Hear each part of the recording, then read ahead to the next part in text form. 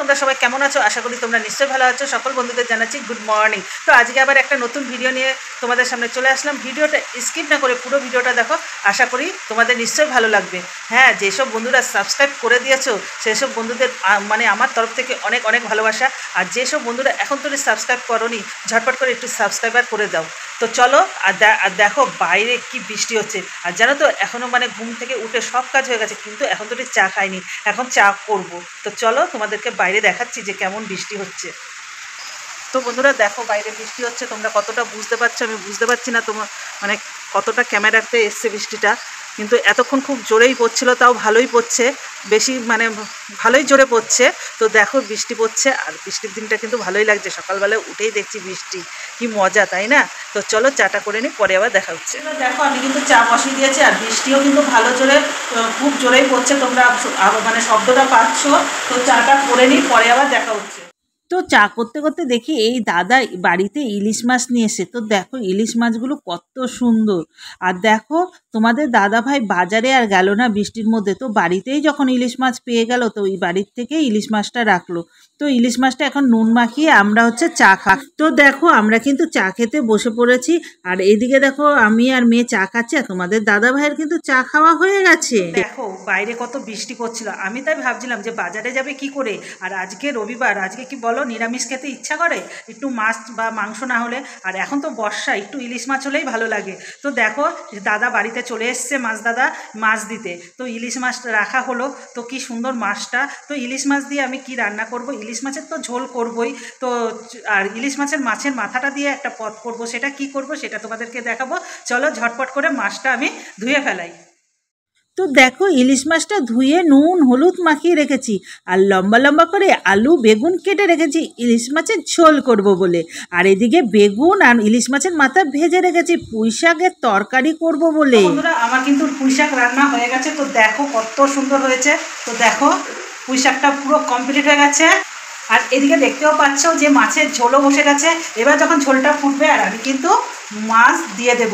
বর্ষা বলতে ইলিশ, সেই স্বাদ। তো চলো ঝোলটা ফুটে নিই, তারপরে মাছগুলো দেব। তো দেখো বন্ধুরা আমার কিন্তু মাছের ঝোল কমপ্লিট হয়ে গেছে, এখন মাছগুলো আমি কিন্তু দিয়ে দেবো এক এক করে। তো দেখো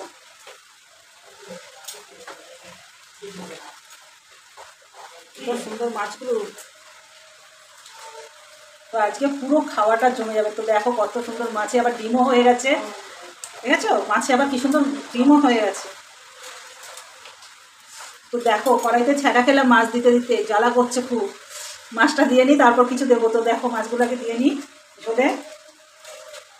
তোমরা কিন্তু বন্ধুরা একটু কমেন্টে জানিও যে আমার মাছের ঝোলের রান্নাটা কেমন হয়েছে, অবশ্যই কিন্তু তোমরা কিন্তু কমেন্ট করো। তো দেখো বন্ধুরা আমি কিন্তু মাছ দিয়ে দিয়েছি, এবার মাছের ঝোলটা একটু ফুটবে, তারপর নামিয়ে ফেলবো। তারপরে কত কাজ থাকে রান্না করে সেটা তো তোমরা জানোই। তো দেখো আমি কিন্তু দিয়ে দিয়েছি, এবার ঝোলটা একটু ফুটে নিই। তো বন্ধুরা পরে আবার দেখা হচ্ছে। তো বন্ধুরা দেখো মেয়ে রেডি হয়ে গেছে, আমি রেডি হয়ে গেছি, এখন আমরা যাচ্ছি।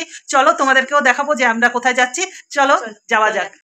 তো আমি আর মেয়ে টোটোতে উঠে চলে গেছি দেখো হালিশহর চৌমাথায় ঝুলন উৎসবে। আর এখানে এসে বলে সবাই ভয় পাচ্ছে, ভয় পাওয়ার কারণ যেন কি, এখানে হচ্ছে ভূতের কেলোর কীর্তি। তো সবাই দেখে বলে ভয় পাচ্ছে, চলো আমরাও একটু দেখে নিই।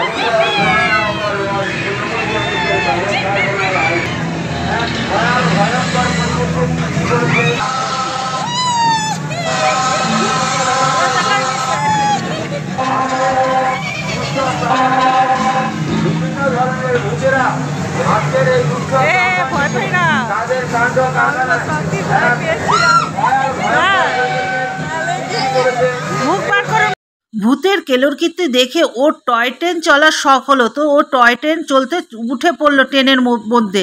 আর জানো তো সত্যিকারেরই এত সুন্দর করেছে দেখে, কিন্তু সত্যিকারেরই সবাই ভয় পাচ্ছে। তারপরে দেখো এই ফুলের গাছগুলো দেখলাম কত সুন্দর। তারপরে দেখো ও টয় ট্রেন চলে এবার মেয়ে খাচ্ছে হচ্ছে ফুচকা, আর তারপরে নিয়ে নিল হাওয়া থেকে। তো দেখলে মানে কত তাড়াতাড়ি গেলাম, কত তাড়াতাড়ি চলে আসলাম। কারণ কি জানো, কালকে মেয়ের পরীক্ষা, ওই জন্য খালি ভূত হয়েছে ঝুলনে সেটা দেখার জন্যই। আর এগুলো কিনে নিয়ে আসলাম দেখো, আর হচ্ছে এগুলো খাবো এখন। আর গাছটা কিনে নিয়ে আসলাম, খুব সুন্দর লাগলো, ভালো লাগলো, কিন্তু ঝুলনটাও খুব সুন্দর হয়েছে। আর একটু থাকার ইচ্ছা ছিল, কিন্তু মেয়ের পরীক্ষার জন্য থাকতে পারলাম না।